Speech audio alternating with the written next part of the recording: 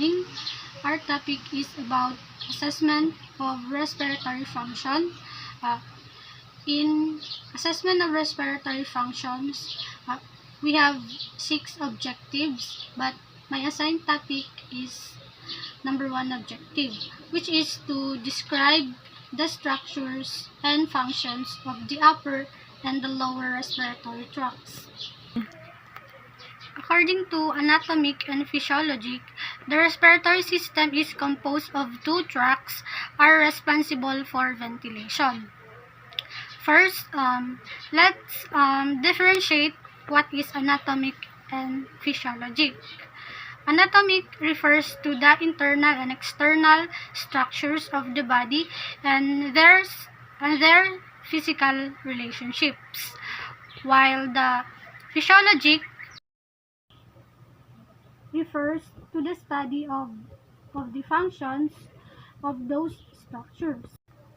Respiratory system is composed of 2 tracts, which is the upper respiratory tracts and the lower respiratory tracts. Upper respiratory tract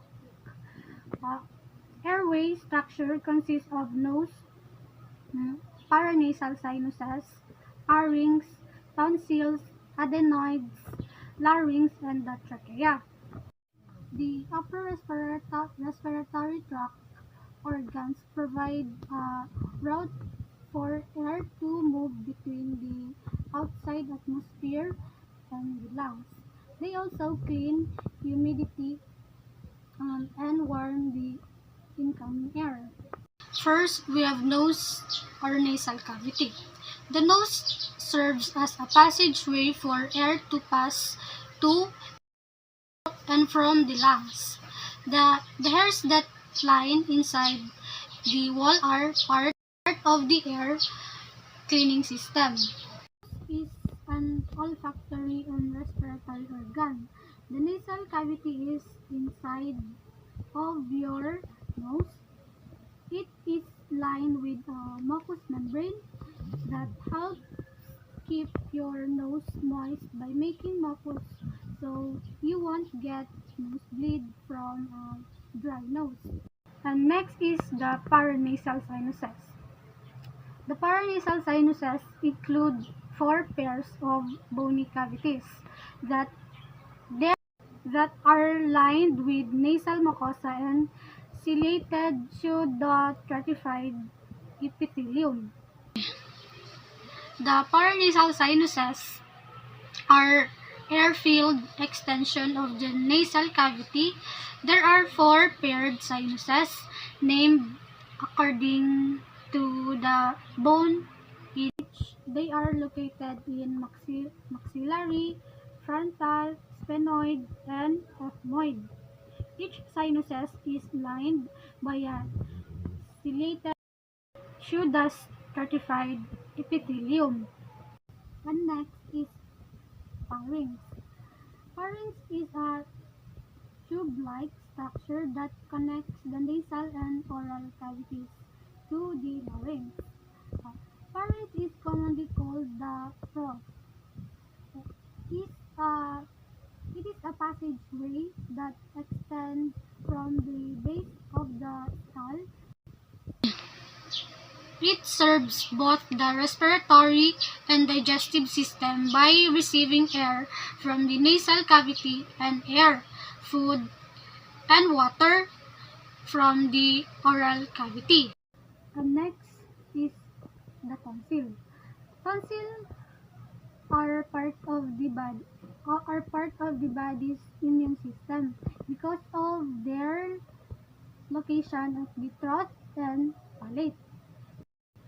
They can stop germs entering the body through the mouth or the nose. Tonsils are tiny organs located at the back of our throat. They are part of the lymphatic system, and so it is a small organ, but it plays an important role in maintaining our immunity. And next is the adenoids. Adenoids or pharyngeal tonsils are located in the in the root of the nasopharynx. The adenoids are glands located above the roof of the mouth behind the nose. They look like small lumps of tissue and serve an important purpose in young children. Adenoids are part of immune system and help protect the body from viruses and bacteria. And next is larynx. The larynx or voice box is a cartilaginous is a cartilaginous is a cartilaginous epithelium line organ that connects the pharynx and the trachea, and it consists of the following: epiglottis, glottis, thyroid, cartilage, cricoid cartilage, arytenoid cartilage, and vocal cord. The larynx serves to protect the lower airways. It facilitates respirations and play a key role in phonation. But larynx, commonly called voice box, because the larynx uh, also produces vocal sounds and prevent the passageway of food and other foreign particles into the lower respiratory tract. And lastly, in the upper respiratory tract is the trachea. The trachea, commonly called the windpipe, it is the main airway to the lungs.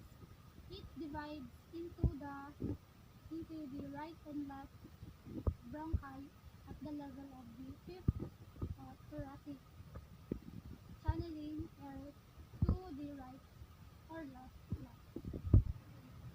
The main function of the trachea is to allow the unobstructed passage of air to the of air. The trachea is a firmly rigid structure, and a good deal of force is required to squeeze it closed. Let's proceed to the lower respiratory tract.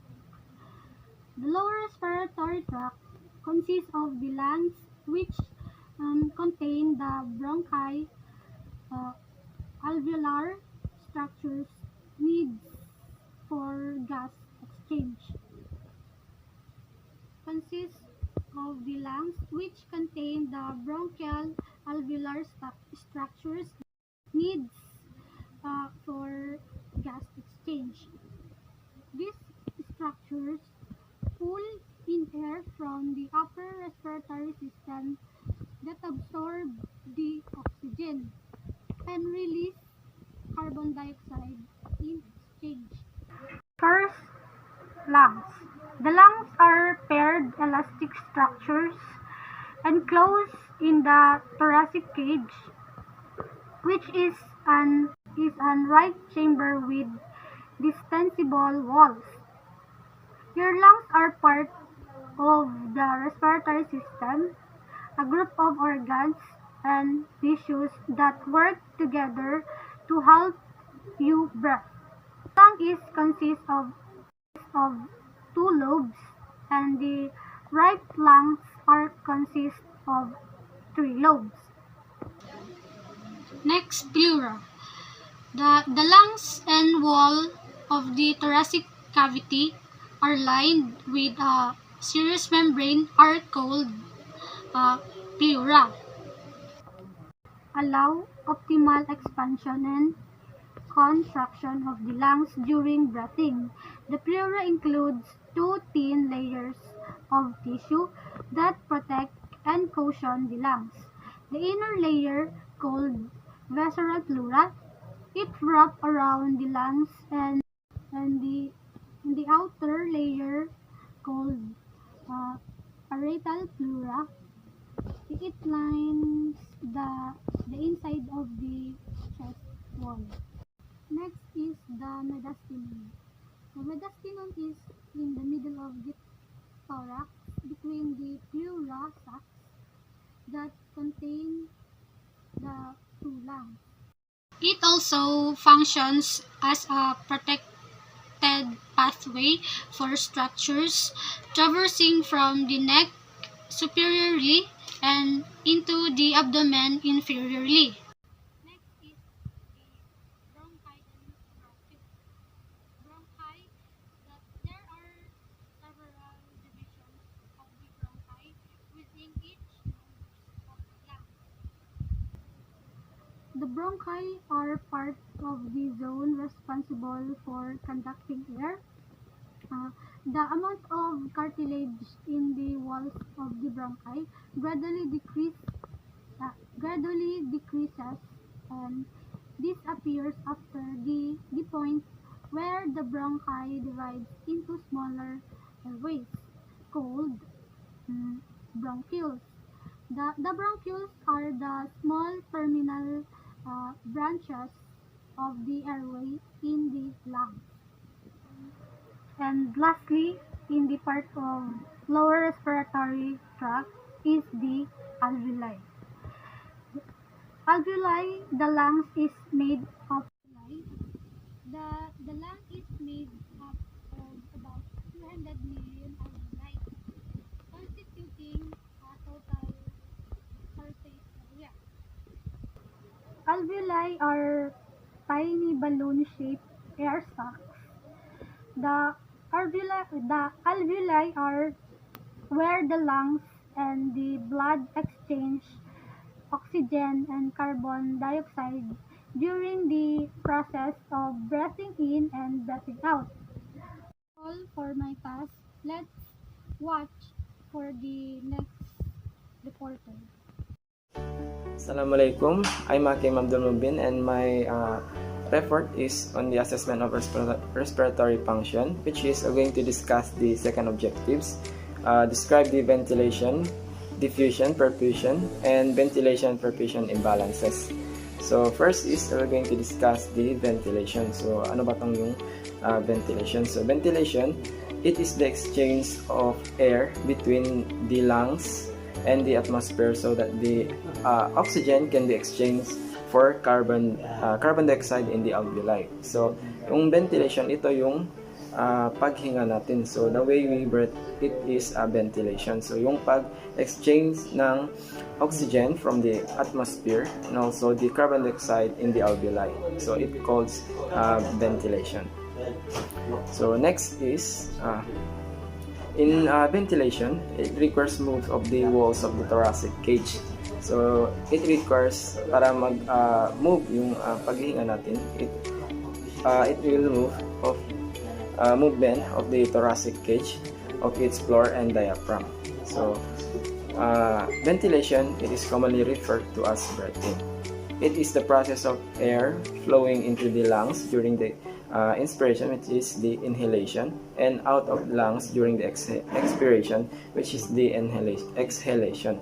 Air flows because of pressure difference between the atmosphere and the gases inside the lungs. So next is, let's proceed to the diffusion. So pulmonary diffusion. So pulmonary diffusion is the process by which oxygen and carbon dioxide are exchanged from areas of high concentration to areas of low concentration of air of the air to blood interface. So yung diffusion, ito yung movement from higher to lower concentration. So ito yung pag-diffuse ng oxygen and the carbon dioxide exchange. So lung diffusion is your ability to pass oxygen into the blood from the air sacs of the lungs, so and pass carbon dioxide back into the lungs from the blood. So I have here some photo that is represent kung ano ba yung diffusion. Okay, so let's proceed to the perfusion. So perfusion is the actual blood flow through the pulmonary vasculature. So the blood is pumped into the lungs by right ventricle through the pulmonary artery. So the pulmonary artery divides into the right and left branches to supply both lungs. Normally, about 2% of blood pumped by the right ventricle does not perfuse the alveolar capillaries. So now let's proceed to the ventilation and population imbalances. So we have here the B, which is represent to ventilation, and Q is the perfusion. So ano ba 'to yung mga imbalances of the ventilation and perfusion? So take note, yung ventilation, ito yung air, and perfusion, ito naman yung flow of the bloods. So now let's proceed. So there are 4 possible ventilation and perfusions that is imbalance. So it states in the lungs, which is normal, and also ratio low, and ratio shunt, which is high, and ratio deep space, and absence of ventilation and perfusion, which is silent unit. So we have here ventilation perfusion ratio. So normal ratio, we have 4, which is the normal ratio, the shunt, which is B, and the dead space, and the also last one is the unit, which is a silent unit, which is 2D. So first is we're going to discuss the normal ratio. So yung normal ratio, which is balance, yung pag-flow ng oxygen and the carbon dioxide. So balance yung pag-ano niya. In the normal ratio, which is in the healthy lungs, given amount of blood passes on alveolus and is matched with equal amount. So equal yung amount ng oxygen and carbon dioxide yung pag-exchange nila. So normal po yun with balance. So it calls the normal ratio. So next is, let's proceed to the number 2, which is low ventilation. So perfusion ratio, so which is the shunt B. So dito naman sa shunt B, low ventilation perfusion state may be called shunt producing disorder. So when perfusion exceeds ventilation, so kapag tumaas yung perfusion, yung pag-ano ng dugo, yung blood kaysa sa ventilation, ito yung shunt B. Shunt B exceeds blood bypasses the alveoli without gas exchange occurring. So this is seen with obstruction of the distal airways, such as with pneumonia, atelectasis, tumor, and or mucus plug. So this is like asthma, can impair airflow. So with little effect of pulmonary blood flow and resulting in ventilation and also nearly normal perfusion, this is described as a decrease of ventilation over the perfusion. So ratio, because the ventilation is more severely affected the perfusion. So we have here the photo that represent the number 2, which is the shunts, which is low ventilation over the perfusion. Then next is number 3 is high ventilation perfusion. So ito naman yung high ventilation and also high ventilation perfusion, so dead space. So when ventilation exceeds perfusion, so dito naman kapag nag-exceed yung ventilation perfusion, so dead space result, which is the alveoli do not have an adequate blood supply. So dito naman hindi nagpo-flow yung blood supply, then yung ventilation, yung pag-ano ng air, which is dadami ng dadami. So the alveoli is not have an adequate blood supply for gas exchange to occur. So this characteristic of variety of disorder, including the pulmonary emboli, pulmonary infraction, and cardiogenetic shock. So, ito yung picture niya. So, as what you can see, merong blockage. Then next is D, in the absence of both ventilation and perfusion, which is the silent D. So, ito naman yung fourth, which is in the absence of both ventilation and perfusion. So, kapag walang oxygen, which is the air and the blood, nag-occur or nag-exchange, absent sila dalawa, which is or in a limited ventilation and perfusion, condition known as a silent unit. So ito yung tinatawag na silent unit. This is seen with pneumothorax and severe acute respiratory distress syndromes. So ito yung tsura na. May blockage of the blood flow and also the blockage of the alveolus. So next is, let's proceed. Ventilation perfusion, which is imbalancing cause shunting of blood resulting in hypoxia. So hypoxia, ito yung low level of cellular oxygen. So ito yung kapag mahina yung cellular oxygen. So shunting appears to be main cause of hypoxia. So after thoracic abdominal surgery and most types of the respiratory failure, severe hypoxia results when the amount of shunting exceeds 20% and supplement oxygen may be limited hypoxia, which is depending on the type of the ventilation perfusion imbalances. So we have here the photo kung ano ba yung itong imbalances, yung hypoxia, resulting of hypoxia. So ito. So okay, that's all. Thank you. Assalamualaikum classmates. So I am Marsa Alibansal and I'm going to explain the objective number 3, which is to explain proper techniques utilized to perform a comprehensive respiratory assessment. So here are the basics of performing an effective and a comprehensive respiratory assessment. So first is the patient history. So an respiratory assessment must begin with a detailed patient history. So ask about the previous respiratory illness. You need to ask the chronic respiratory conditions, cardiovascular health, and also ask about the patient vaccine as well. So this is also an ideal chance to determine whether the patient has special needs that might affect the assessment. So then second is the observation. Then observation, you need to observe the patient for important respiratory clues.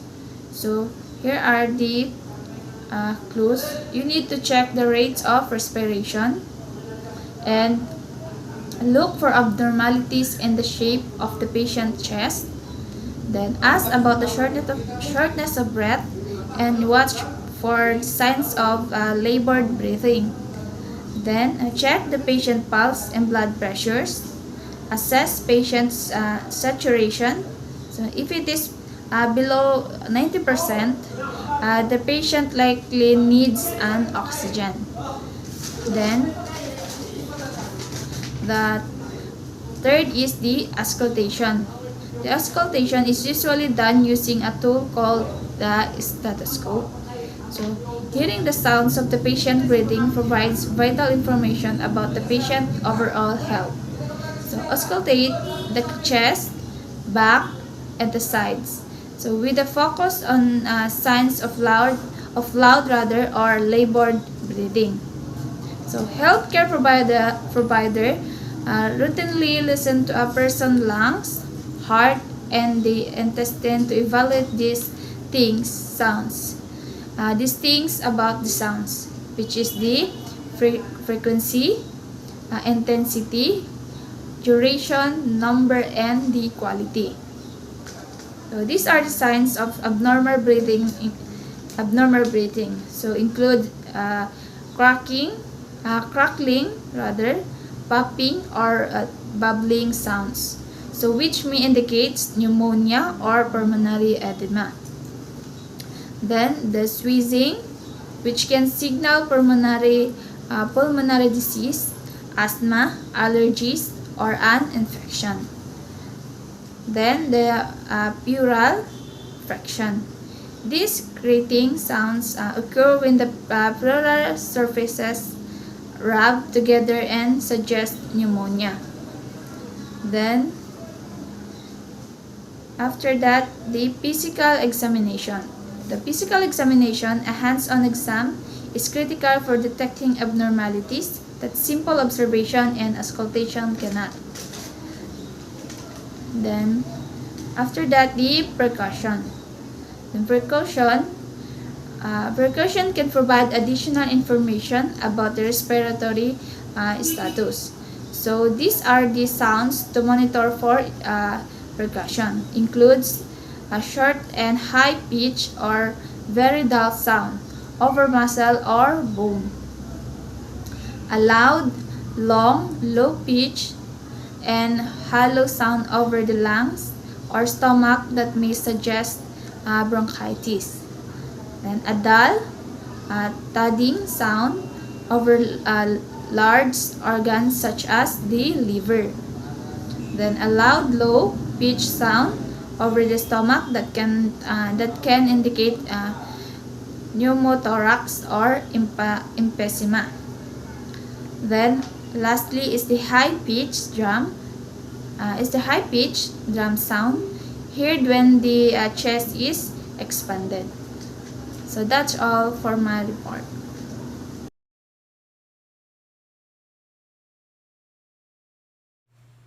The continuation of objective number 3 is discriminate between normal and abnormal assessment findings identified by infection, palpation, percussion, and oscillation of the respiratory system.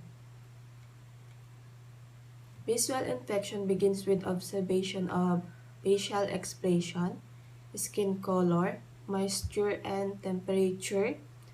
Skin should be warm and dry, and skin should be uniform and consistent with ethnicity. Facial expression should be relaxed without signs of distress or apprehension. Any indication that breathing is a conscious effort may be a sign that something is wrong. Observe nail beds, lips, mouth, ears, and conjunctiva for oxygen saturation. A bluish color indicates cyanosis and hypoxia. Clubbing of the fingers may indicate chronic hypoxemia.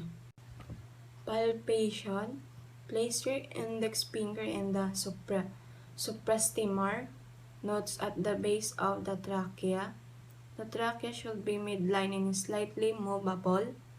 Pulling of the trachea to either side of the neck results from an equal intrathoracic pressure within the chest cavity and may indicate partial to complete pneumothoracic or other serious condition. Using the palmar surface of the fingers, palpate the anterior and posterior chest. Should be free of tenderness and pain or masses.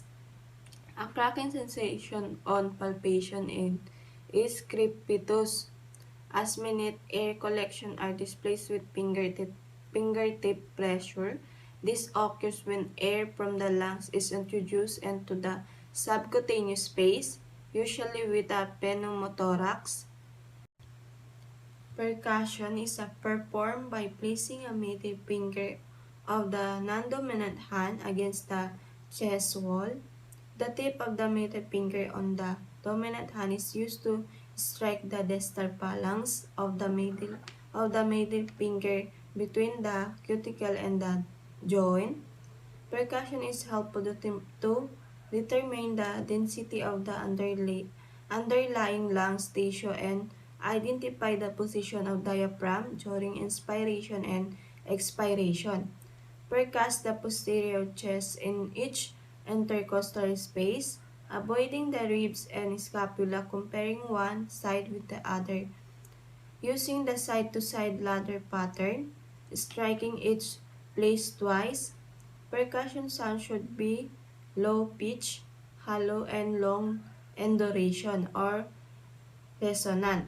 And in contrast, dull tones may indicate pneumonia, pleural effusion, or atelectasis. Very loud, lower pitch, and longer percussion sounds, hyperresonant, when unilateral may indicate emphysema or pneumothorax. Auscultation asks the patient to breathe slowly and deeply through their open mouth. Using the diaphragm of your stethoscope, listen in the louder pattern posterior and anterior. Noting the breath sounds, listen each area for unless one of the breath, full breath, and a person unable to sit up without help percussion to upper lungs and as auscultation the dependent lung on each side. Vesical breath sounds are soft and generated by airflow or normal lungs. Bronchial breath sounds are normally held over the larger airways and trachea. Bronchial breath sounds occurring over lateral or posterior chest walls may indicate consolidation, as in pneumonia. Bronchoscapular breath sounds, normally held between the scapula, are abnormal if held over the peripheral lungs birds and indicate lung tissue indents possible to due consolidation, infection, or comprehension. Normal breath sounds, listen for any unbentous or added sounds. Crackers are used by the small airway reopening as the chest wall expands, forcing air through passage narrowed by fluid mucus or pus, and is heard most frequently in the basis due to hypoventilation. The sound of hair being rubbed between one's fingers simulate these sounds. Rhonchi are coarse, rotting respiratory sounds somewhat like snoring, usually caused by secretion in bronchial airways. A wheeze is a continuous, coarse whistling sound in suggestion narrow airways, and common asthma and bronchitis. If wheezing is heard on one side of the chest only, it may be the result of comprehension from the tumor or foreign body. Stridor is a medical emergency and is loud, rugged, continuous, and high-pitched due to upper airway obstruction. Heard loudest over the trachea. Pleural fraction is the squeaking or grating sound of the pleural linings rubbing together and can be described as the sound made by treading of the fresh snow. This occurs when the pleural layer are inflamed and have lost their lubrication. Friction rub sounds that continue while the patient is holding their breath are most likely cardiac related. Assalamualaikum and good morning, sir. I'm Mr. Faisal Mentano. I'm here to explain my report. The assessments of respiratory functions in the acutely. So we have here the tidal volume, minute ventilations, and hypoventilations, and the vital capacity. So the tidal volumes is the instrument that can be used at the bedside to measure the volumes. If the patient is breathing through an intro and the tracheostomy, the spirometer is directly attached to it, and exhaled volume is obtained from reading on the language. So next is the minute ventilations. Minute ventilation, because respiratory rates and tidal volumes widely from breath to breath. These data alone are unvariable indicators of an adequate ventilations. That is the minute ventilations. We are count the breath to breath of the patient. So the next is the hypoventilation. In this hypoventilation, breathing that is too swallow or too slow to meet the needs of the body. Hypoventilation, this is the we cannot breathe easily. This is the difficulty of breathing. So the next is the vital capacity. This is the normal value depends on the patient's age, gender, body, build, and weight. When the vital capacity is exhaled, a maximal flow rate, the forced vital capacity is measured. So the next objectives is we have here the pulmonary function test. So they are performed to assess respiratory functions and determine the content and these fractions. The screening test is potentially hazardous industry such as coal mining, those that involve exposure to asbestos and either noxious irritants. In these pulmonary functions, we have the arterial blood gas studies and the venous blood gas studies and the pulse oximetry. So the arterial blood studies, this is the studies aid that assessing the ability of the lungs to provide adequate oxygen and remove carbon dioxide. With this, to reabsorb or exert an arterial puncture at the radial, brachial, and the femoral artery, or through the indwelling arterial catheter. So, pain related to nerve injury or noxious stimulation, infections, hematoma, and hemorrhage are potential complications that may associated obtaining of arterial blood gas. So the next is the blood gas studies. So provide additional data on oxygen delivery and consumption. Levels reflect the balance between the amount of oxygen used by tissues and organs and the amount of oxygen saturations, returning the rate of the heart in the blood. Mixed venous oxygen saturation, oximetry. In this pulse oximetry, does not replace blood gas analysis. It is effective tool to monitor for subtle sudden changes and can be easily be used in the home and various healthy. The next is we have the chest X-ray. In this chest X-ray, in the absence of process in the lungs, the routine chest X-ray or projection and lateral projection. So that is the chest X-ray. So the next is the computed tomography. This is the CT scan to define pulmonary nodules and small tumors adjacent to pleural surfaces that are not visible or routine chest X-rays, and to demonstrate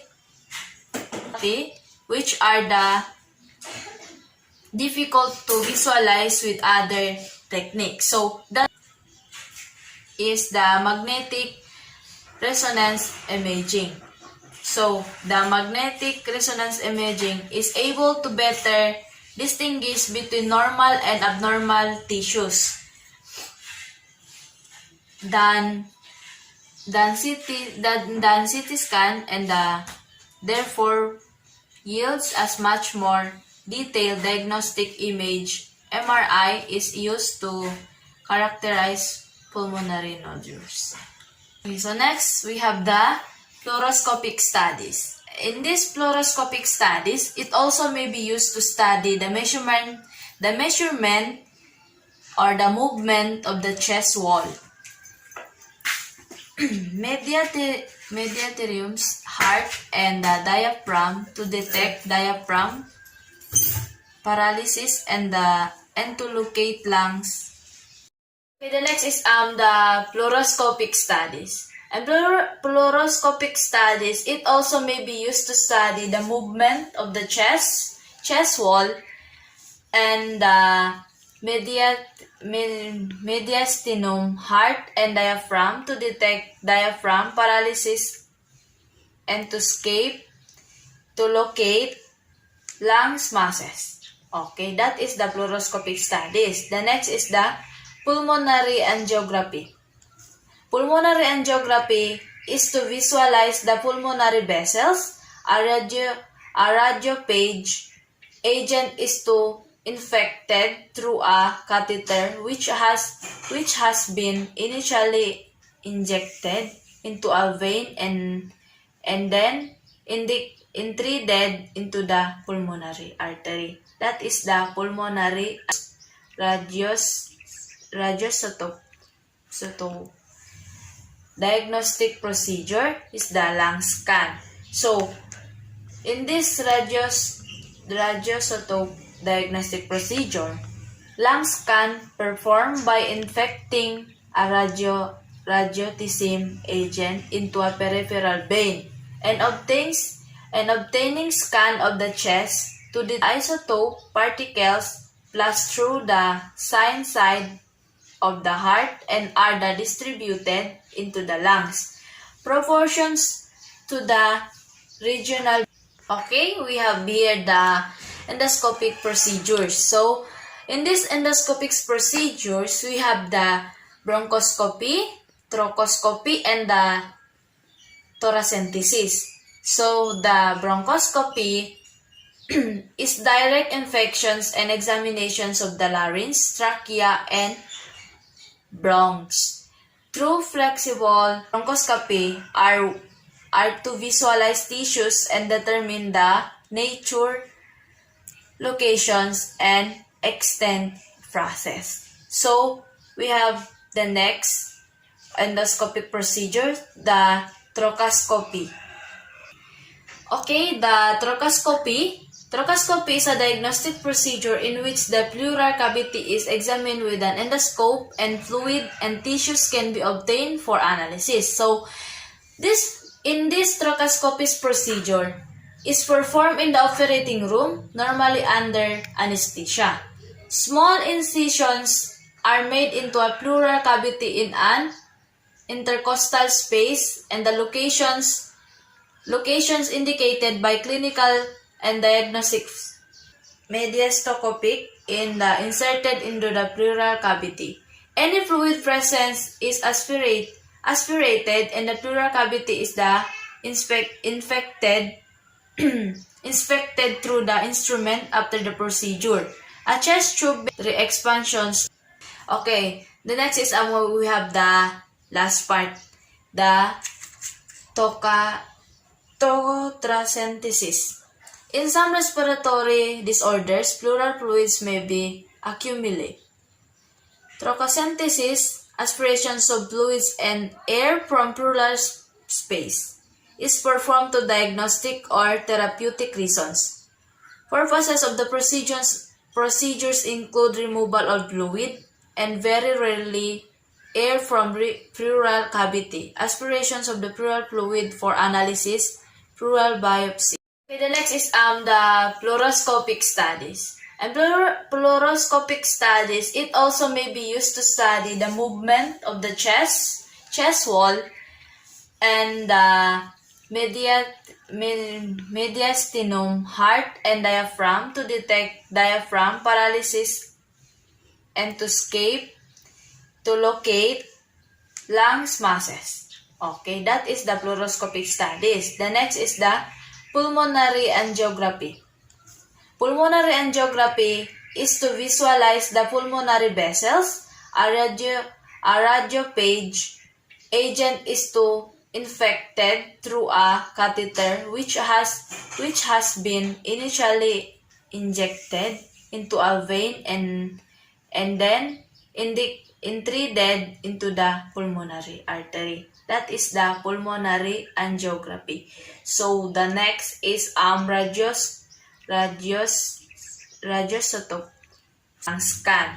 So in this radioscope diagnostic procedure, lung scan performed by infecting a radiotism agent into a peripheral vein and obtaining scan of the chest to detect radiation. The isotope particles pass through the sine side of the heart and are distributed into the lungs. Proportions to the regional blood flow, making it possible to trace and measure blood perfusion through thoracoscopy and the thoracentesis. So the bronchoscopy is direct infections and examinations of the larynx, trachea, and bronchs. Through flexible are to visualize tissues and determine the nature, locations, and extent process. So we have the next endoscopic procedure, the thoracoscopy. Okay, the thoracoscopy obtained for analysis. So in this thoracoscopy procedure is performed in the operating room, normally under anesthesia. Small incisions are made into a pleural cavity in an intercostal space, and the locations indicated by clinical and diagnostic findings. So the fibroscopic medicine is aspirated, and the pleural cavity is the inspected through the instrument after the procedure. A chest tube may be inserted to facilitate re-expansions of the lung. So the next is we have the pleural fluids may be accumulate. Thoracentesis, aspirations of fluids and air from pleural space, is performed to diagnostic or therapeutic reasons. Purposes of the procedures include removal of fluid and very rarely air from pleural cavity, aspirations of the pleural fluid for analysis, pleural biopsy, and protein lactic dehydrogenase, glucose, amylase, and triglycerides, and the cancer markers such as the carcinoembryonic antigen. Okay, the last part is we have the biopsy. The biopsy, the excisions of the small amount of tissue, may be performed to permit examinations of cells from the upper and lower respiratory structures and adjacent lymph nodes. Local topical or moderate sedations or general anesthesia may be given depending. So in this biopsy, we have the pleural biopsy, lung biopsy procedure, and the lymph nodes biopsy. So in the pleural biopsy is accomplished by needle biopsy of the pleura, thoracoscopy, or pleuroscopy, a visual explorations through a fibroscopic pleuroscope inserted into the pleural space or through a thoracotomy. Okay, this next is we have here the lungs biopsy procedure. So lungs biopsy is performed to obtain tissues for examinations when other diagnostic testing indicates potential interstitial lungs disease such as cancer, infections, or sarcoidosis. Several non-surgical lung biopsy techniques are used because they yield accurate information with low morbidity. Transbronchial brushing or needle aspirations, transbronchial lungs biopsy, and Doppler's PMA. So, in this transbronchial brushing, a finger bronchoscope is introduced into the bronchus under fluoroscopy. A small brush attached to end of the flexible wire is inserted through the bronchoscope under direct visualizations. The lymph node biopsy, the scalene lymph nodes, which is the NMs in the deep cervical pads of the fat overlying the scalus anterior muscle, drain the lungs and mediastinum and may show histologic changes from intralocratic disease. If these nodes are palpable on physical examination, a scalene nodes biopsy may be performed. A biopsy of these nodes may be performed to detect spread of pulmonary disease to the lymph nodes and establish a diagnosis or prognosis in such as disease as Hodgkin lymphoma, sacroid disease, fungal disease, and the tuberculosis and the sarcoma. The endoscope examinations of the mediastinum for explorations and biopsy of the mediastinal lymph nodes that drains lungs, explorations and biopsy. This examination does not require a tracheostomy.